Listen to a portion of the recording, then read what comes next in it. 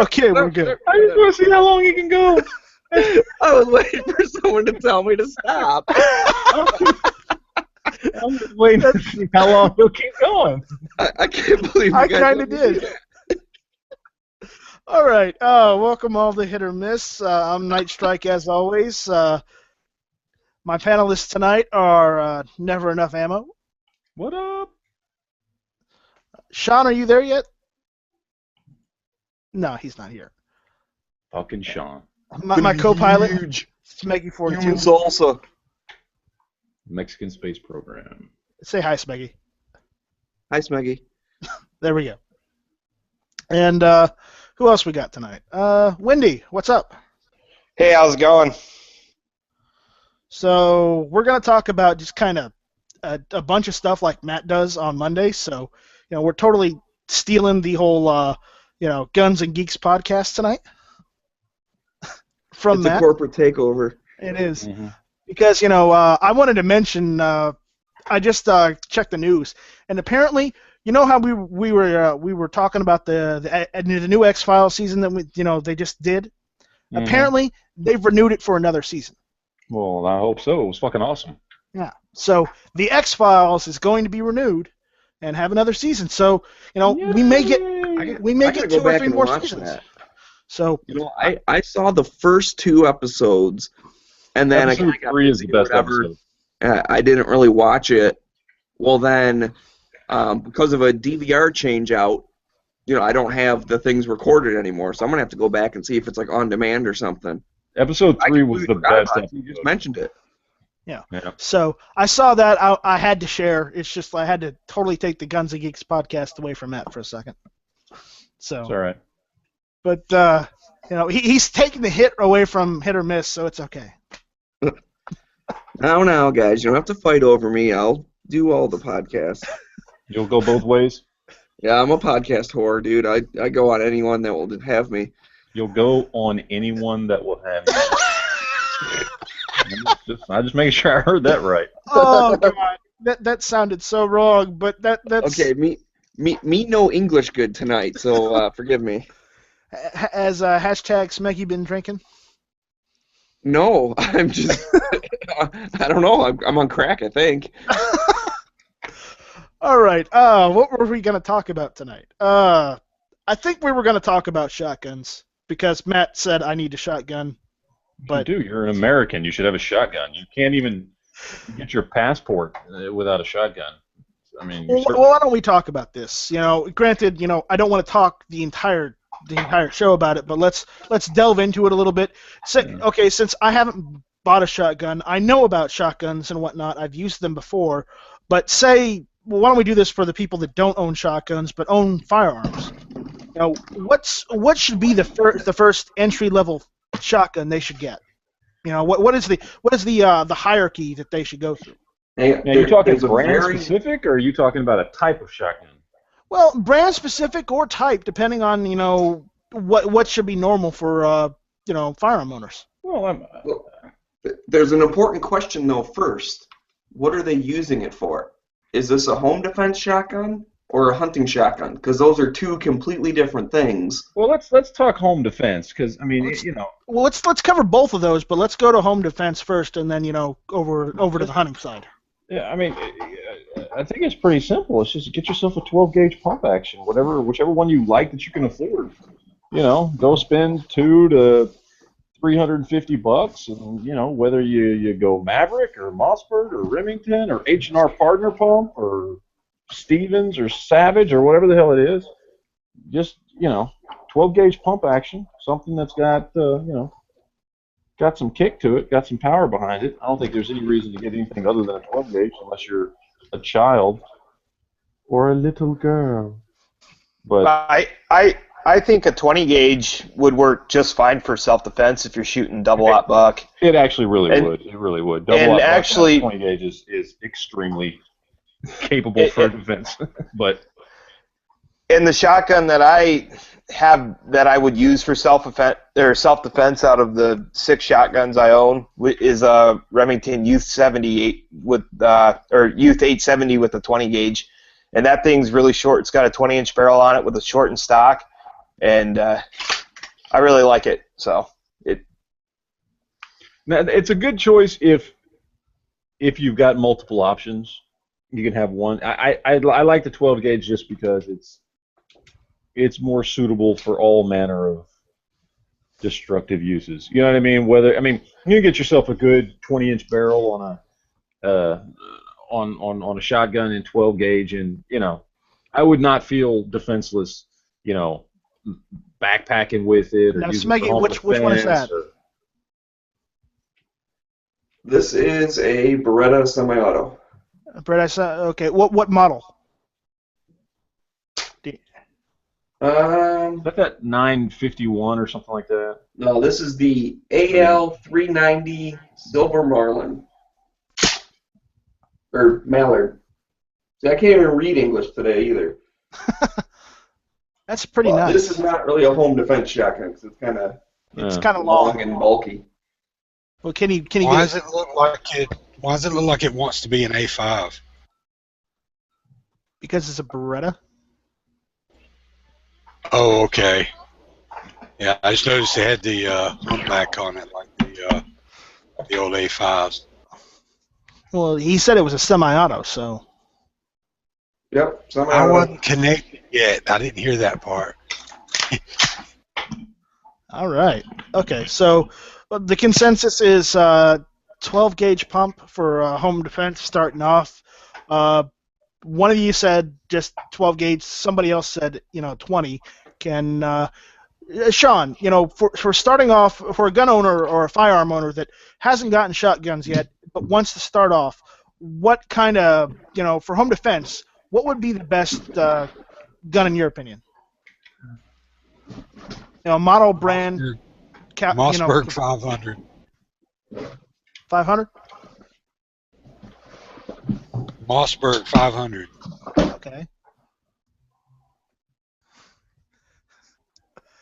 And Matt's camera is working properly tonight. I would second that as far as home defense. I think definitely a pump is the way to go because you don't have to worry about. I mean, I have had problems with that semi-auto, not cycling or whatever. Now that was when I was using like really light, target loads and stuff, but it can happen. So a pump, at least, as long as you rack it fully, you'll be good to go. I mean, if you're a Remington guy, 870, nothing wrong with that. I mean, if I had to choose 2 pump shotguns, it would be the Mossberg 500 Remington 870, or even the Maverick 88. I mean, it's basically the same thing as the 500, but the Mossberg or the Remington, nothing wrong with either one of them. I mean, they're both good guns. They've both proven themselves in years of being used by law enforcement and military. So, okay. Now, I know. Wendy said he said 20 gauge, but what about you, Sean? You're saying 12 gauge is better? Well, 12 gauge is more popular. 20 gauge has got a lot of recoil. If you need something with a lot of recoil, if you're frail in some way, or for some reason you can't handle the recoil. And I don't want to say frail, but if for some reason you need a lot of recoil, you can't handle that heavy recoil, then go for 20. But otherwise, go for 12, especially if if there's no reason why you need the lighter recoil, then get the 12, get used to it, and you're going to be able to find ammo for it no matter what. I mean, unless it's all gone, then you're going to be able to find ammo for it. Ammo is available damn near anywhere, so why not go for that? That's like going for, it's like when a guy comes in wanting a youth model shotgun and he wants the 16 gauge for his kid. It's like, go ahead, get him the 12 gauge and learn how to shoot it, learn how to handle that recoil. Don't, why would you want something that's going to end up costing you more money in the long run? Right, but I have to say that I've seen some stuff on I think it was Gun Talk. Dude's got a radio show. He also has a YouTube thing.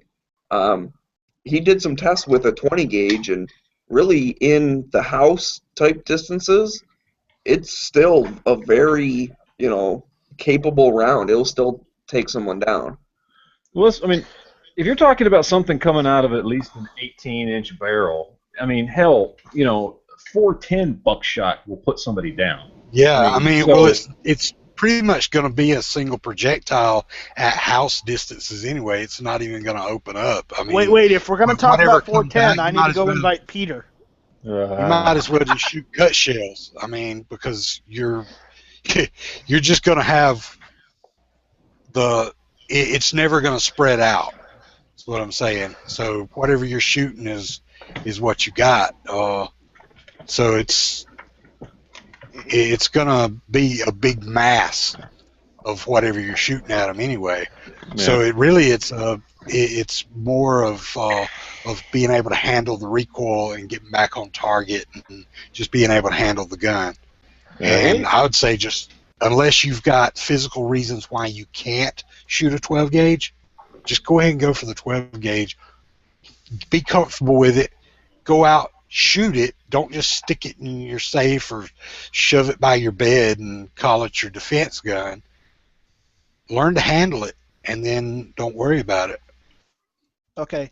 Now, I want to ask you something, and all you guys just feel free to jump in and tell your side. But what is the best home defense round for your shotgun? Buckshot. Inside. Buckshot. Anything really inside. I mean, because I would agree with buckshot, but when I was a little bit younger, before I owned a home, I lived in an apartment complex. So at that time, I was using a 20 gauge, and I used birdshot because I figured if I was going to be shooting inside an apartment complex, which I was going to, would not want to do to begin with, you're not going to get that penetration through multiple walls with other people living there. Yeah, but, I mean, birdshot's good. And birdshot inside, 7 yards somebody's gonna have a bad day. So there's nothing wrong with birdshot.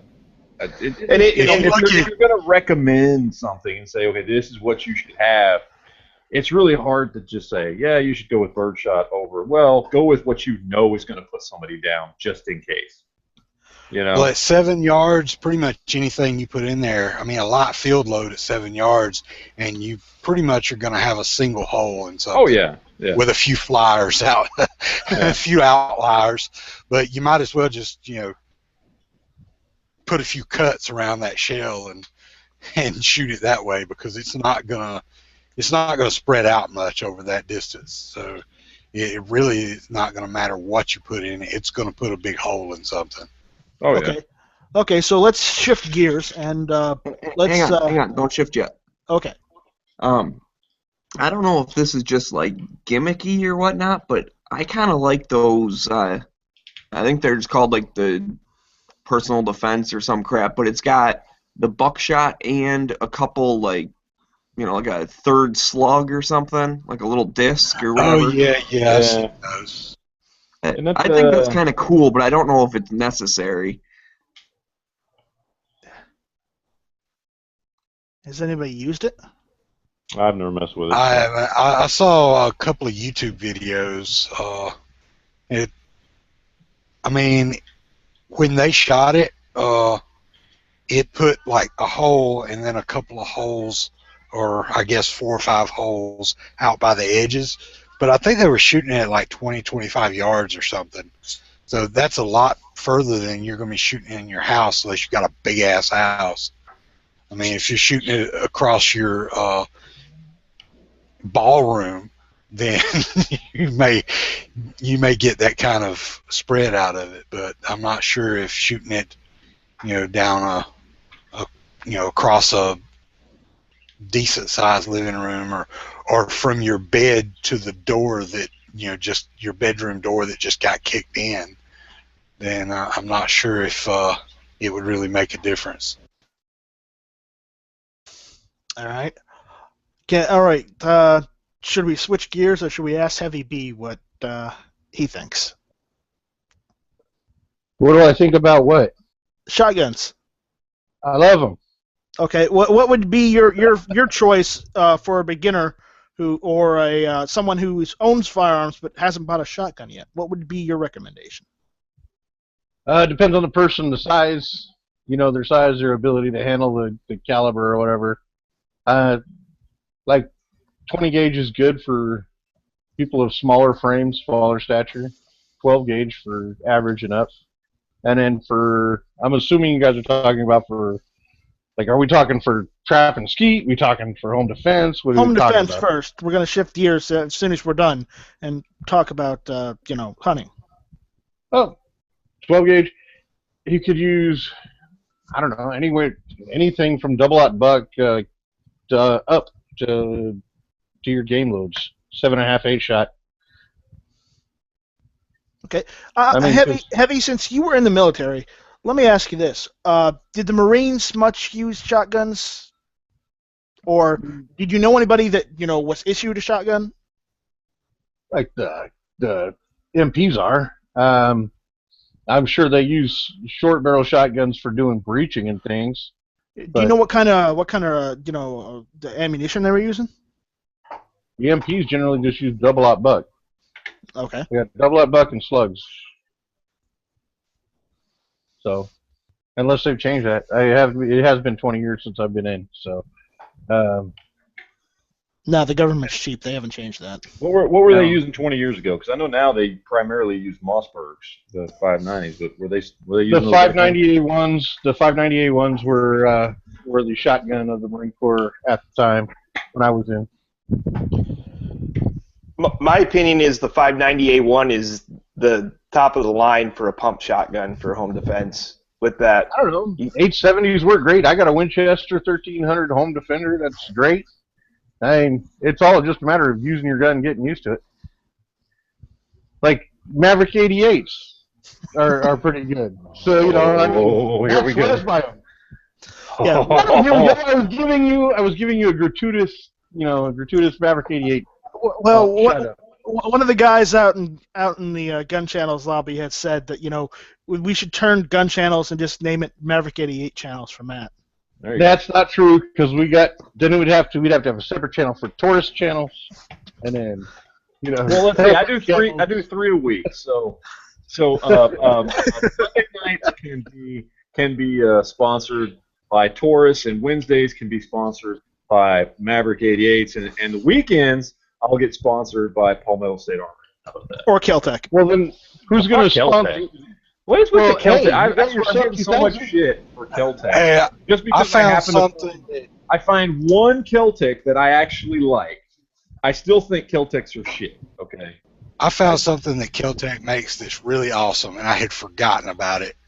Tracy reminded me of it earlier tonight when we were doing flashlights on our podcast, and that's this little light that him and Daryl brought some of them back from NRA convention last year, and it's one of those little keychain lights, and I've got one of those things that they brought me. It says Keltec on it, and that is the most awesome little tiny flashlight that I've ever had.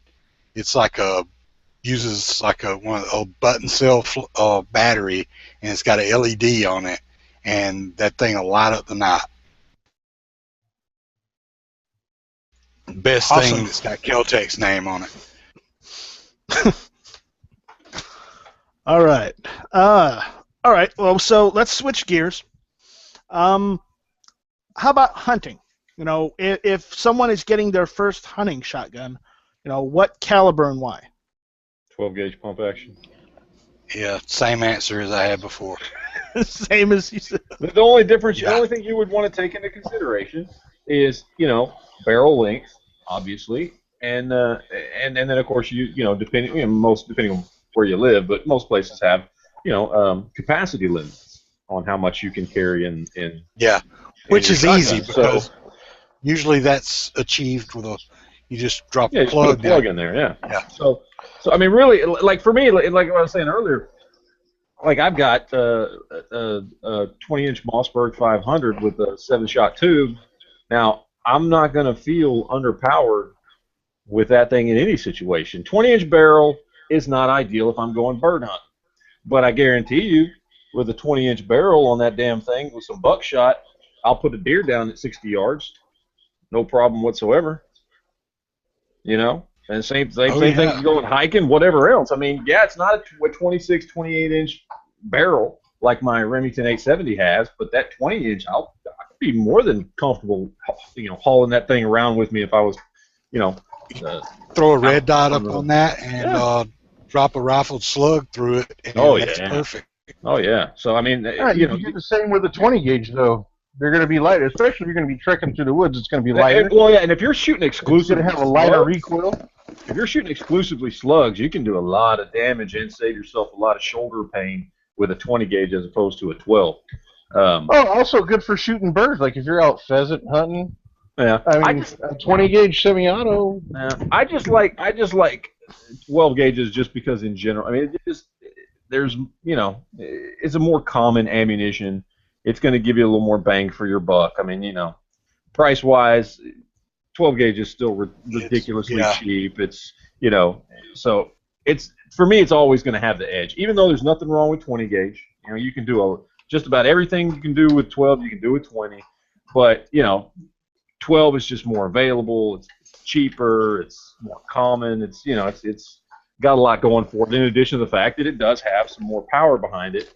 So depending on what you're using it for, you might have a little bit of an advantage there. But I don't know. I mean, Just take it out, shoot it till your shoulders numb a couple of days in a row, and after that, you're good to go. You won't even phase you. Can I put a plug in? Go for it. So if I was starting out and I wanted to hunt right now, what I would buy would be the Benelli Nova. And he jumped out. Wow. Can I throw a plug out there real quick? I have heresy on this channel. I got to throw a plug out here. If we're throwing plugs, this is just a plug, just a heads up for everybody out there, just in case you're wondering. If you're one of these rare people that likes to use PayPal and you also like to buy gun stuff, this has nothing to do with anything we're talking about. It just popped into my head, so that's why I'm throwing it out there. So sorry, I'm hijacking your chat for about 30 seconds. You do it all the time. I know. Go to opticsplanet.com because it is called Optics Planet. They have not gotten the shit from PayPal that a lot of the other gun websites do.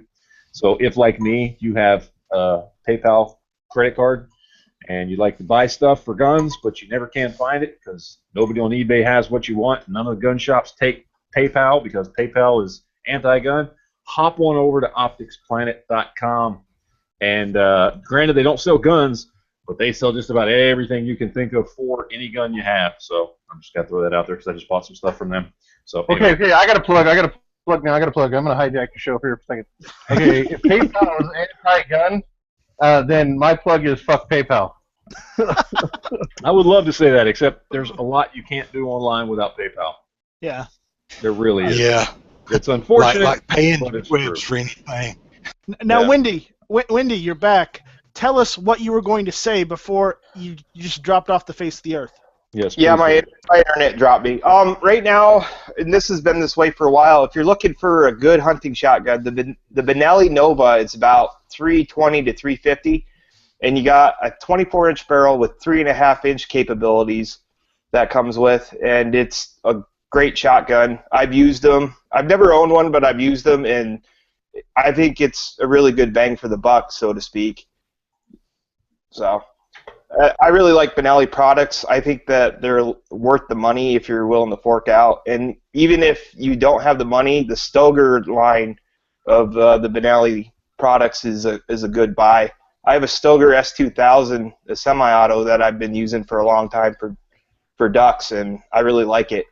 So Benelli makes good stuff. My only issue I've ever had with Benelli, and it's the same issue I have with like the Berettas, which make ridiculously nice, just like what you were showing there earlier, ridiculously nice semi-auto shotguns, and a couple other companies, is just that depending if you're just going out and buying straight up a hunting shotgun, or you're going to go straight out and buy yourself a home defense shotgun, you're not going to do anything to it, then man, Winchester makes good stuff, Benelli makes good stuff, Beretta makes good stuff, Stoeger makes good stuff, Savage even has that nice, very affordable Savage or Stevens, I think it's Savage, the Model 320.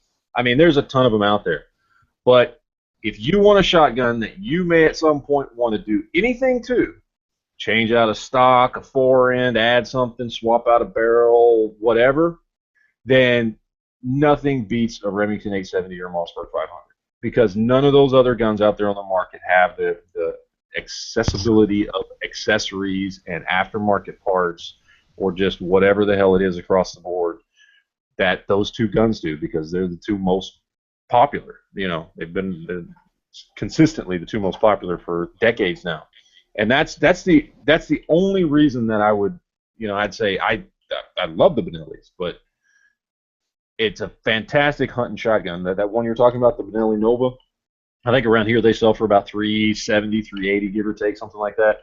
And they're fantastic shotguns, beautiful shotguns, some of the smoothest action that you will ever feel. And that's in something that's pretty comparable to a Remington 870 or a Mossberg 500 that'll run in that 3 to 350 range. But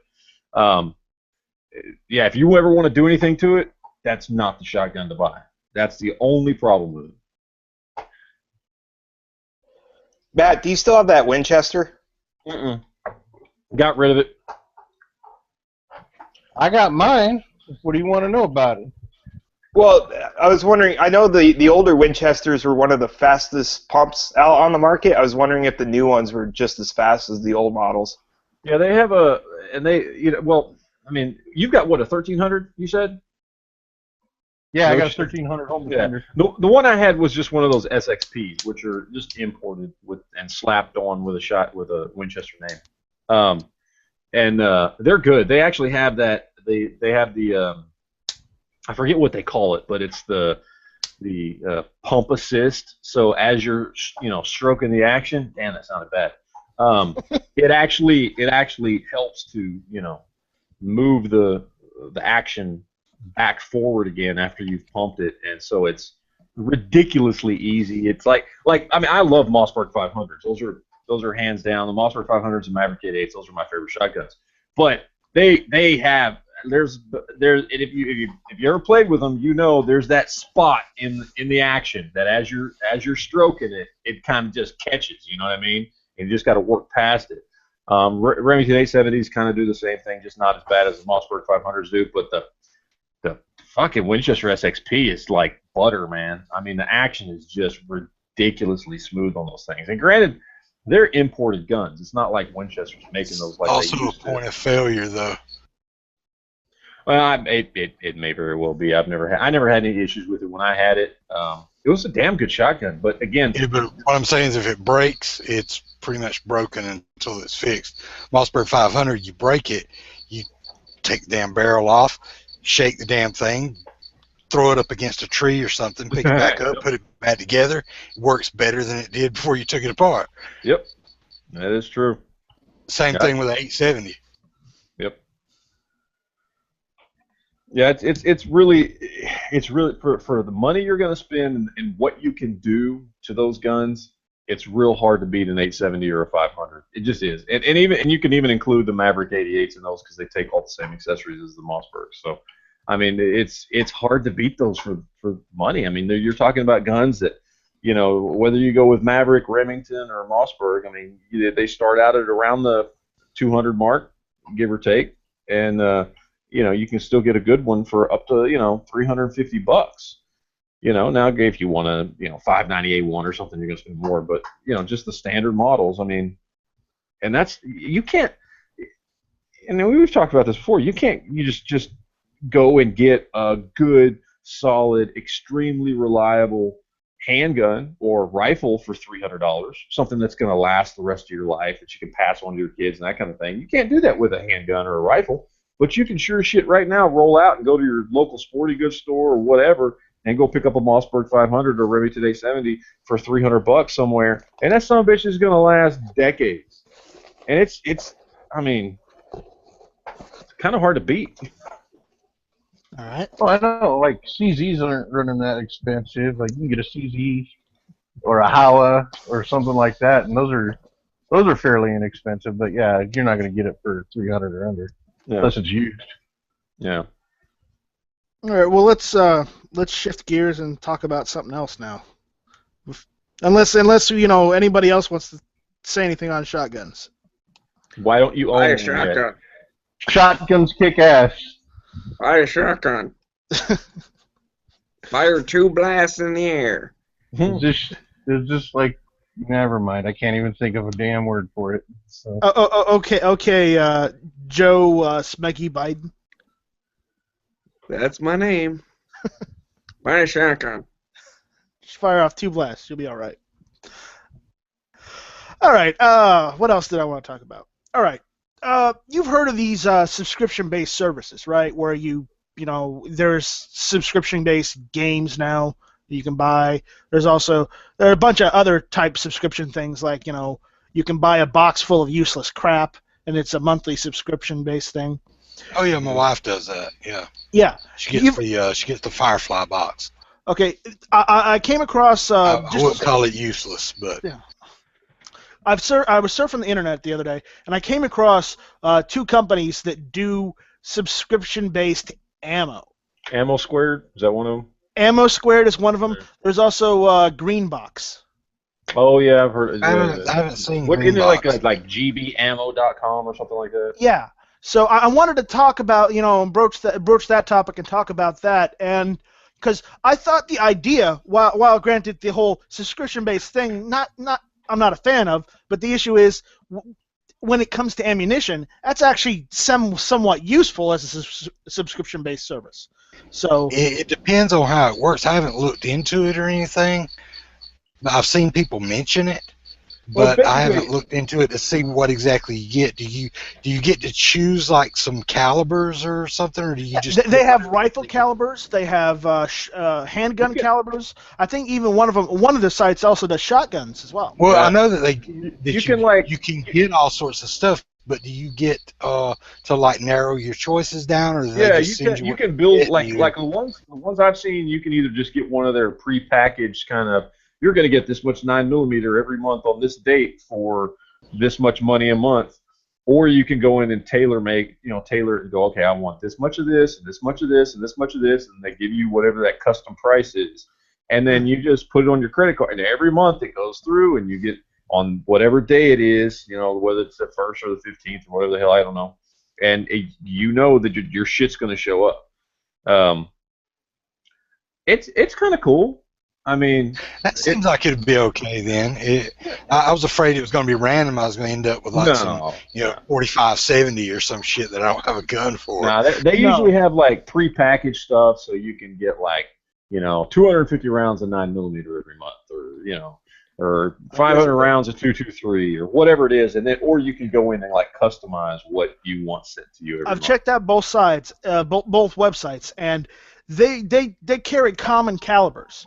One might have more calibers and more selection than the other, but that's usually how it is. One guy does more than the other guy, but they both basically do the same thing. So I was looking at that because it might be something, someone who doesn't have a lot of time to always go to the store and get what they want. They could just sign up for this subscription and then go about their daily life, and then go to the range. I don't get the benefit, to be honest. I mean, I would much rather every once in a while, jump on the website. I understand your point of not having much time or whatever, but just find what you want, buy a couple thousand rounds of it, and call it a day. Do that every few months. Well, you should do that anyways. Okay, yeah, here's for me. Well, see, I have to order my ammo anyway because there's just not a lot of selection locally. And mean, Daryl and Tracy don't charge too much, right? Okay. well, no, not really, but they only have like defense ammo. They don't have plinking ammo because they can't sell it cheaper than Walmart, right? So they don't keep any plinking ammo. They just keep defensive ammo and hunting ammo. All right. I So got a couple of things on this. Go for it. Two questions. One, is it going to be a premium grade ammunition, even if it is blinking? Because I'm assuming they're going to charge you out the nose for it. So, like, two is, well, actually, I guess I have three. Two would be, can you get defensive ammo in your pack every month? And three is, what if there's a panic buy that, and everybody falls out crazy because Hillary's on the ticket or whatever, and ammo dries up everywhere. Are you still going to get that? Still going to get that every month, and at the same price? Those are good questions. I'm sure there's like shit. I'm sure that that they can, go in and kind of go, well, this under our terms and agreement, that you checked off, if we don't have the ammo in stock, we won't charge you, but you're not going to get anything, or we can up the price of this, but we will let you know first, or something like that. I'm sure they. But there's also the issue that it's a cancel any time type situation as well, instead of where you're locked into a contract where you absolutely have to pay whatever price they say. Most of these services have some kind of a gimmick about them, like the loot crate things. There's a randomness about them because you can narrow down what kind of crates you get. Like my wife gets the Firefly one, so it's got something related to Firefly in it every crate, but you don't know what it is. That's the one I was actually referencing. So yeah, most of the loot crates are like that, where you can narrow it down to a genre or even to a specific fandom, but you don't know what it is they're going to send you. You just know that you're going to get something like that. Is that what their thing is, that you don't know what kind of 9mm you're getting? No, I've looked into it. You can select, whether you want premium, whether you want. So you know exactly what you're getting? Yes. What fun is that? I mean, that's like going to the store and buying ammo. I mean. Well, I guess it's for the people that can't always go to the store. It's basic. It is literally what it says. It's a subscription service. You know what you're getting. You know what day you're going to get it. You go in, you say, it's just like a magazine subscription. You know you're going to get this magazine every month or whatever it is. That's what it is. It's not like one of these surprise boxes that we're seeing pop up all over the internet. Well, I think I'd rather have the surprise box. Ooh, I got PDX this month. Right. Well, then what's nice about the surprise box, and I'm sure if they do it like that, I don't know, maybe someone should do it like that. They can probably make deals with different ammo manufacturers, and you might try some stuff out that you never even knew existed, and then decide you like that. So, see, now that's the benefit to the ammo company, to provide the ammo cheap for the subscription people, and that's the thing. But I did hear about these other guys. I forget what it's called. It was mentioned on This Week in Guns. I guess last week, so not this week, last week in Guns. Anyways, it's a similar thing. It's a subscription service, but they don't actually send you the ammo until you ask for it. So you basically put ammo in like your online storage locker, and then you can pull out from that whenever you want. And when I heard about that, I was like, that just completely defeats the purpose of, stockpiling ammo, because honestly, I bet you they don't actually keep all the ammo for you. They just bank on the fact that most people aren't going to take all of it out all at once. Just like banks. They don't have all that cash on hand at any given second, And I bet you this ammo thing does the same thing. Sounds like that should go Enron really fast. Yeah, no kidding. Yeah. Yeah, it hasn't launched yet. Like I said, it was on This Week in Guns. If you go to that website on the Firearms Radio Network, you can find a link to it. But, I just thought that was a silly idea. And they only have, they're only launching with like 4 or 5 different things, like 9mm, whatever, 30-06, 223, and 45, like whatever, something. But with that one, I think the same thing, like we've been bringing up. You don't really know what you're going to be getting, and they don't really specify how many rounds you're going to get. It's $69 a month, but they don't tell you how many. And I'll give the guy credit. He responded to the article. The actual person from the website was in the comment section. I'm going to see if I can find it. I'll put a link out. But anyways, like he said, well, yeah, it's not. We're not launched yet. Like, come on, guys, give us a break. We're trying to figure this out here, and by the time it launches, you'll know how many rounds that gets you. I don't quite see the purpose of any of them, let alone that one. If it's not physically in my hand, I don't trust that it's actually there. Like they have all these secret warehouses around the country with ammo in it. Well, that's different than the regular subscription-based services. It is, but it's sparked, it's something to mention. No doubt. Found it interesting. And I have to break in here real quick and interrupt everybody. Okay. So I just have to say it. Right now there's 18 people watching, okay? And I'm over on the YouTube side, and 18 people watching, only 2 thumbs up. Come on, people. If you're watching live and you're sticking around, give it a thumbs up over on YouTube, so that way, poor little Night Strike and Smeggy know that they're appreciated. We have to show our appreciation, and thumb-upping them is the best way to do that, so they know that that these 25 plus hours that they've spent over the last few months giving you content has done some good. So give them a thumbs up. Now there's 21 people watching. So 21 people watching, you should have at least 21 thumbs up. Come on. That's all I'm saying. Come on, let's.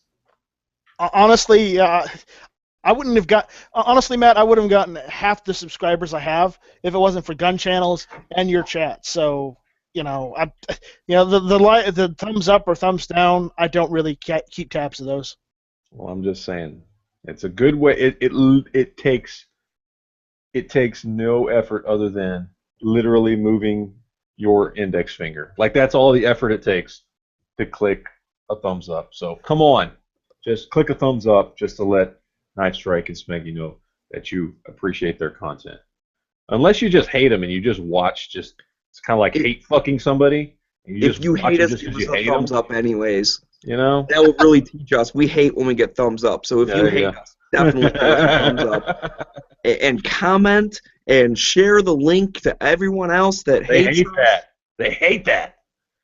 They hate it when you comment and like and subscribe. And Smeggy also hates it when you comment, you like, and you follow him on Instagram. So go and follow Smeggy42 on Instagram. Yeah, he hates that. It annoys him so annoying.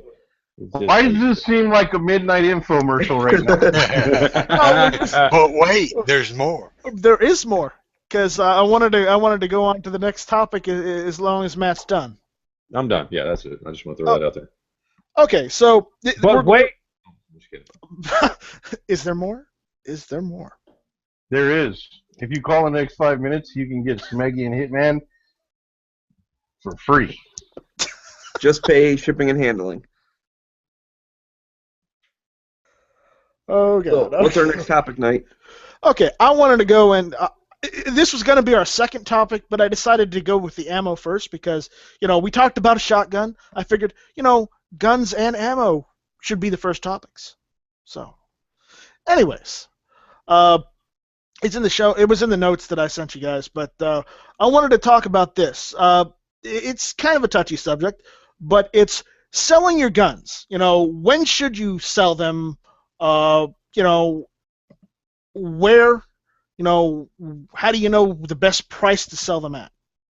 That's what I want to talk about. Can I just answer Never the first question nowhere. right off the top of the bat? Okay, so you should always try to never sell any of your guns. But if for whatever reason you ever have to sell a gun, it should always be in the service of buying another gun. In other words, you don't ever want to come off at a net loss, right?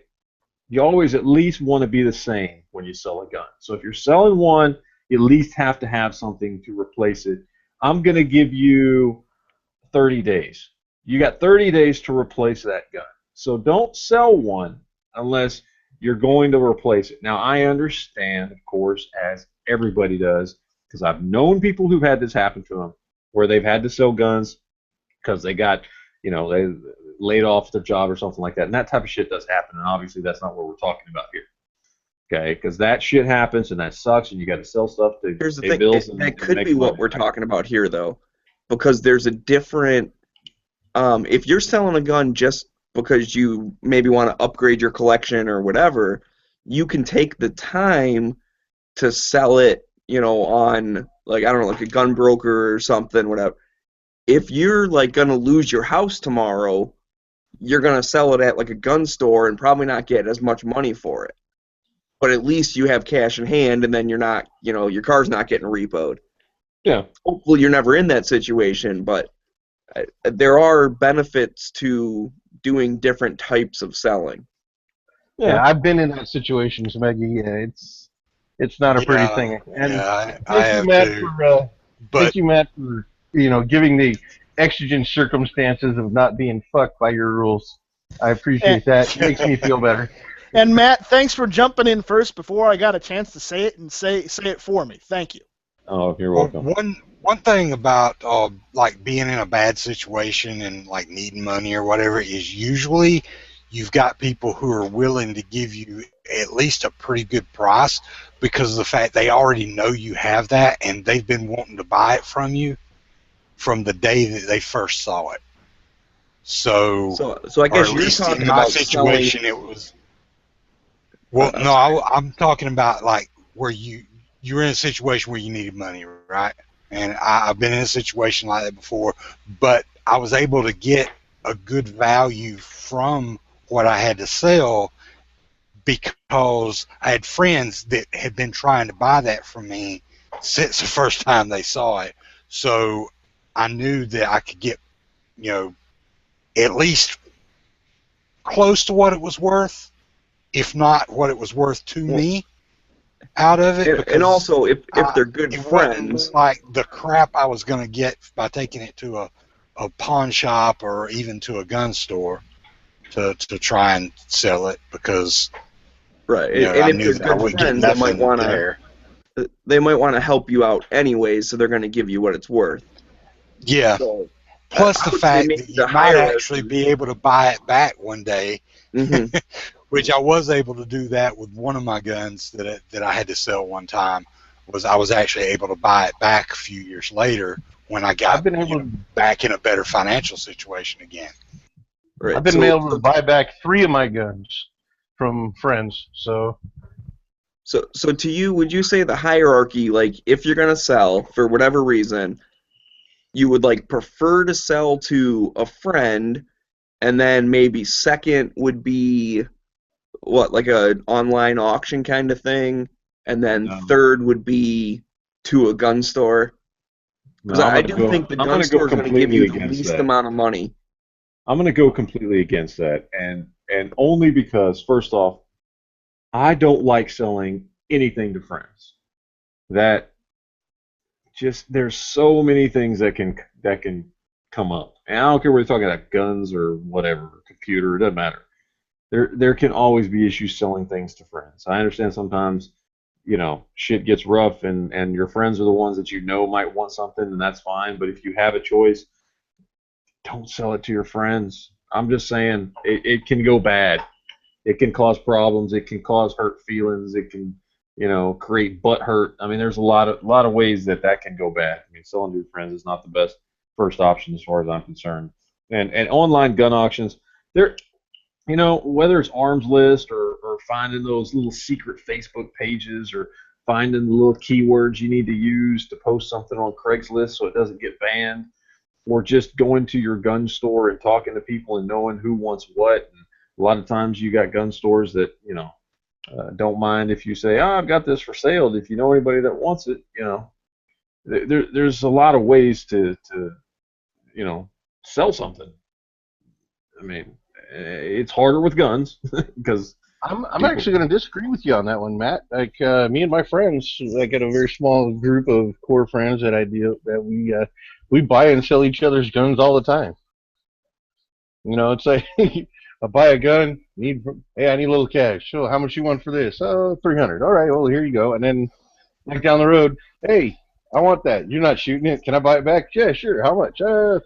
I'm like, oh, Yeah. okay. You know, Well, and that almost seems more like a kind of like a little internal trading group, and that's a little bit different than I'm going to sell this. I'm not going to want it back. I'm trying to make money because I need the money for whatever, whether it's to pay bills or buy another gun or whatever. And that's kind of a different. I don't know. I've seen it go bad with people before. You know, it can go bad. I'm not saying it will every time, but you know, if you've got like, you know, predetermined, you know, okay, well, you know I'm selling this to so and so, and I may want to buy it back one day, and you know, I just want to get out of it, or I just want to buy it back for whatever I paid for it later on, and that kind of thing. Then that's, you know, that's almost like having kind of a prearranged deal. It's almost like a kind of like a pawn shop borrowing some money at that point. I mean, I don't know. Well, that's what happens when you try to sell your defective Tauruses to your friends, Matt. Well, no, I've never had that problem. There's your problem. There's your problem right there. All right, so excluding friends, then, if that one's off the table, so now we're at, you know, selling online. Do you prefer a Craigslist kind of thing online where you go person to person, or something where you know, ship off to whoever? Like, what do you get the best value? What's the least hassle? Person to person, you're gonna get. I mean, think about it. If That you would be go like to Arms a List? gun broker or something like that, you're gonna have to take it to your FFL, pay shipping costs to get it to them. So you're going to have to ask for more money up front or whatever, and say you're gonna pay the shipping, blah blah blah, whatever the hell it is. There's a lot more. It's a lot more logistically a pain in the ass as opposed to, you know, a Craigslist or a Facebook forum or just your local forum. There's plenty of forums, you know, depending on where you live. I mean, a lot of states out there have forums. You say, hey, I live in this area. I got this gun for sale. Who out there might want it? And there's a lot of local, you know, just about every state now has some sort of gun trader website that somebody has set up, you know, or several of them, you know. So if there's an area with not a lot of people, do you think you'll get the best value? Because you don't have as much exposure if it's like, well, okay, I'm only willing to drive a half hour to buy a gun, so I'm not going to be looking for someone on the other side of the state to buy a gun from.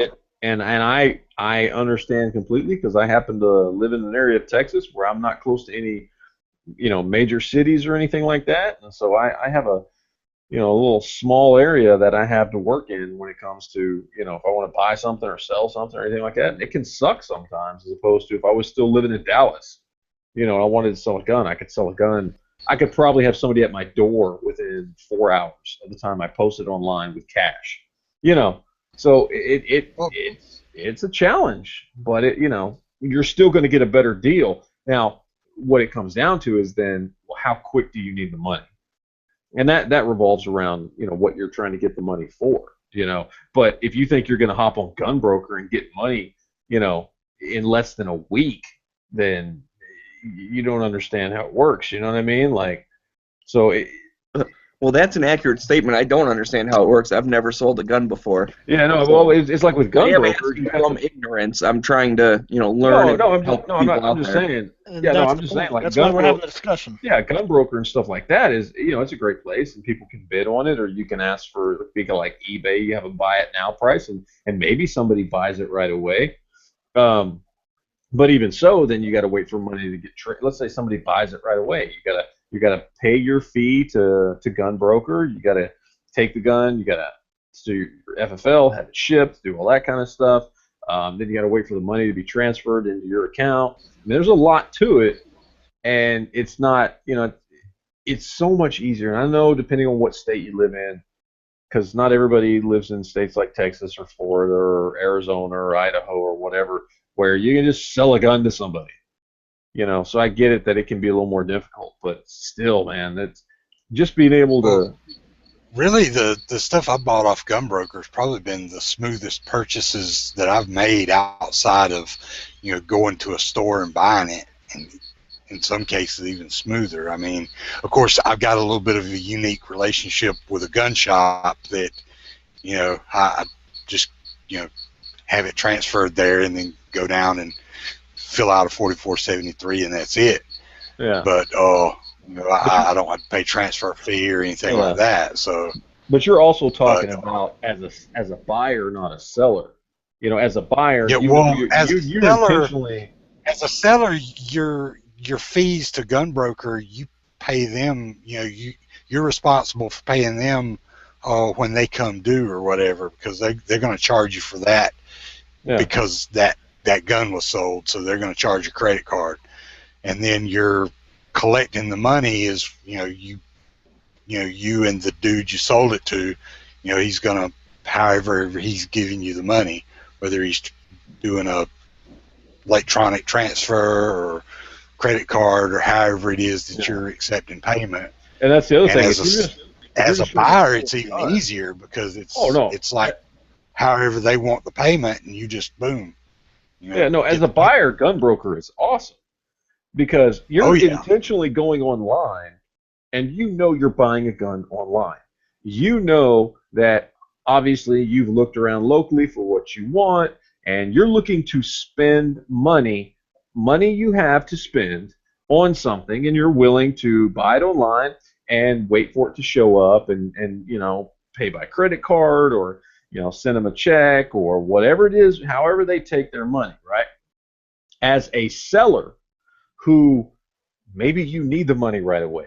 Maybe you're just some guy who doesn't have the ability to take credit cards, and you got to say, well, you're going to have to send me a money order or do a bank transfer. I mean, there's a lot involved in being a seller as opposed to being a buyer, and depending on your situation, gun broker can really suck trying to sell a gun quickly if you need money for something. Now, if you don't need the money, you're just trying to sell off a collector's piece to see what you can get for it. Well, if you're needing the money, gun broker would not be the way to go, because if you need the money and they charge you your fee for your listing fee or whatever before you actually receive your payment from the guy that bought it from you, then that could suck. Because if you needed that money, then you've got a transaction going out before your transaction comes in, then that could then suck. you're even more behind. Yeah, exactly. I have a question because I'm not familiar. Speaking of the gun broker fees, about how much is that? Is it a flat rate? Like, okay, you pay $5 for a listing, or is it a percentage of what it sells for? How does that work? Has anyone used it? It used to be a flat rate, but I don't know anymore, because somebody told me not long ago that it's like based on the selling price, like by what the auction goes for. So I don't know. Well, when it was a flat rate, how much was it approximately? Do you remember? I can't remember. It seems like it was like $5 or $10 or something like that per listing. Okay, so that's not too bad. That's what I was just curious about. I just want to know what the ballpark was. So, and maybe if when they went to the percentage model, if they kept it about the same, maybe it's a 5 or 10%. Yeah, I don't know. I don't know what that is. Anything about that as far as that goes. That's just what somebody told me, and they may not have even known what they were talking about. I mean, because they were trying to discourage gun broker. So I'm not sure if they were accurate on that or not. Somebody that's sold through gun broker recently might know. Right. That's I was just curious if any of you guys out there had. So, but either way, it sounds like we do have kind of So a decent hierarchy of what the best thing to sell, as far as hassle and price wise. And I think we all kind of agree the store is going to be your least money. I would say, well, in some ways, if you don't need the money fast, if you've got a store that'll do consignment, because Daryl and Tracy take things in on consignment a lot because people want to sell it, but they don't want to sell it for like a lower price, so that, you know, because the store has to be able to resell it, right?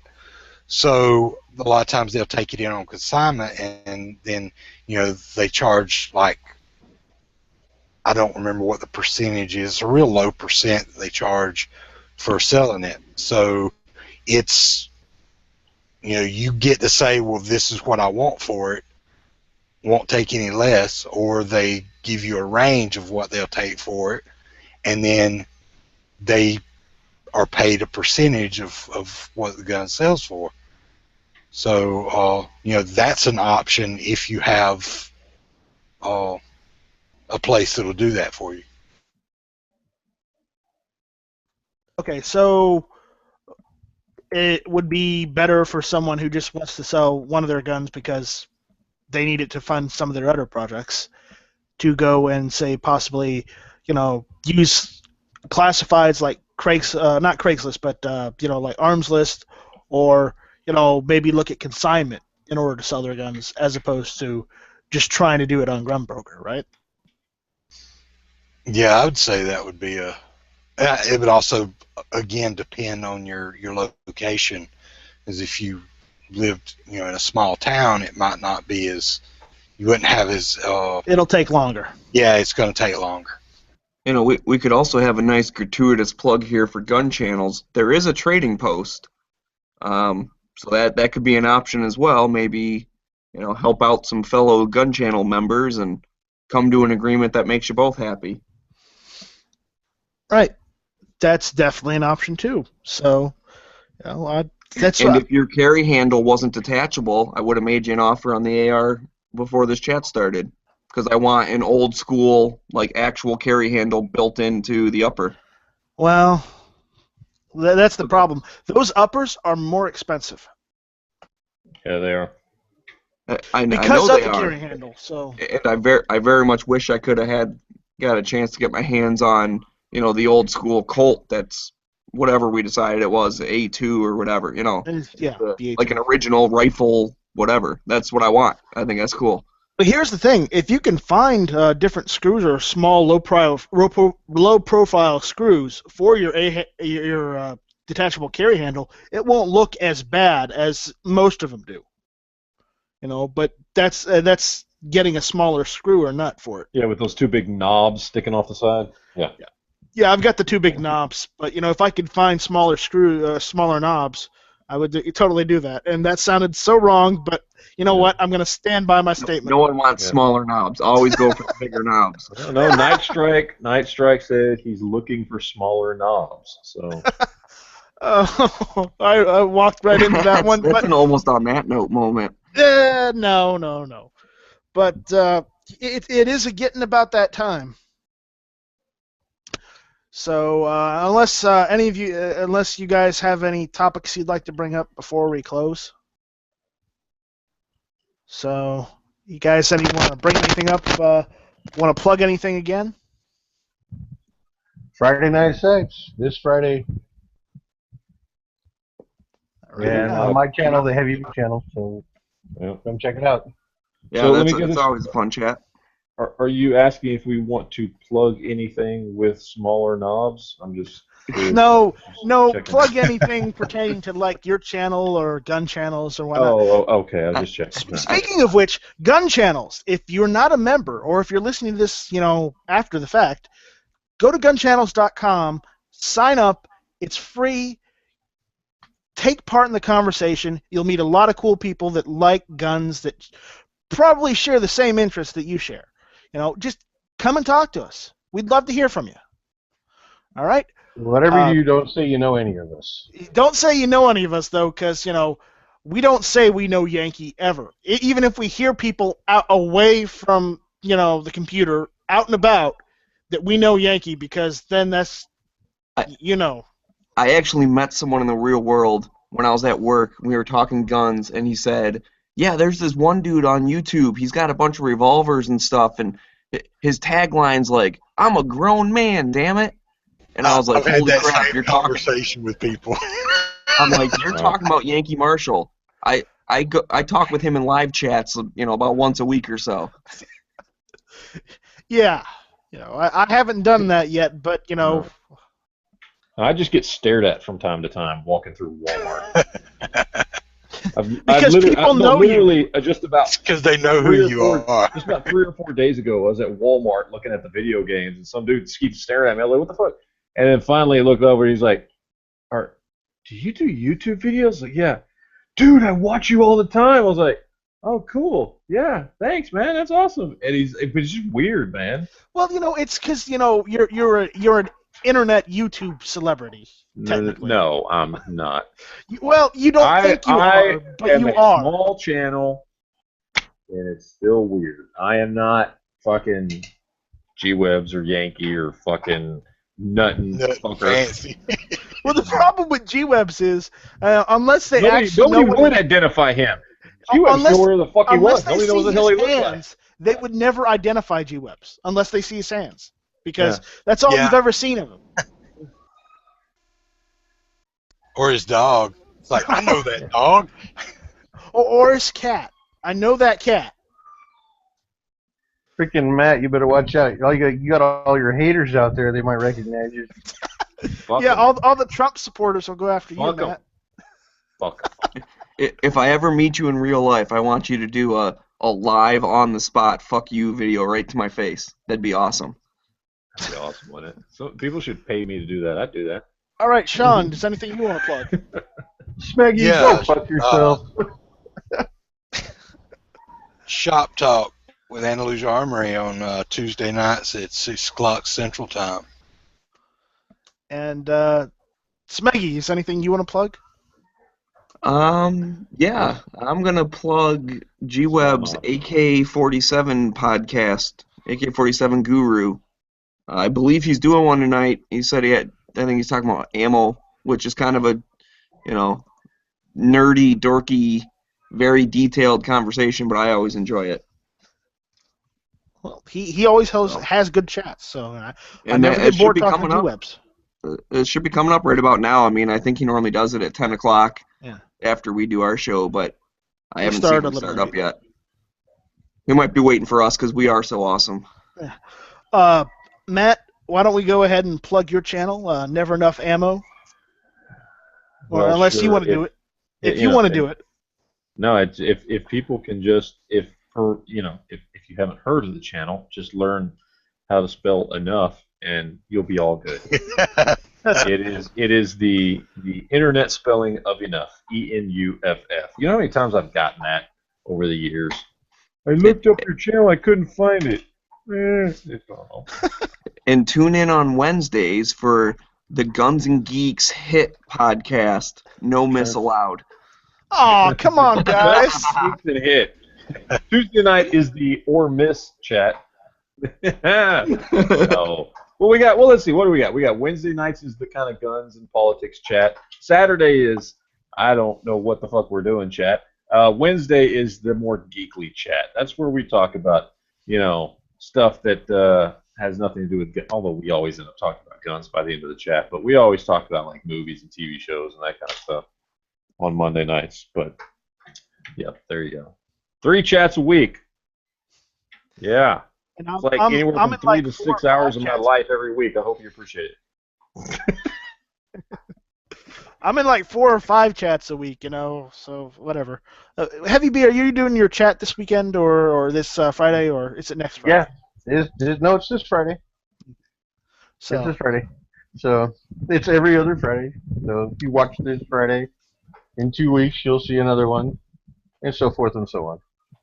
All right. Well, I guess that's it, everyone. I'm Night Strike. This was Hit or Miss.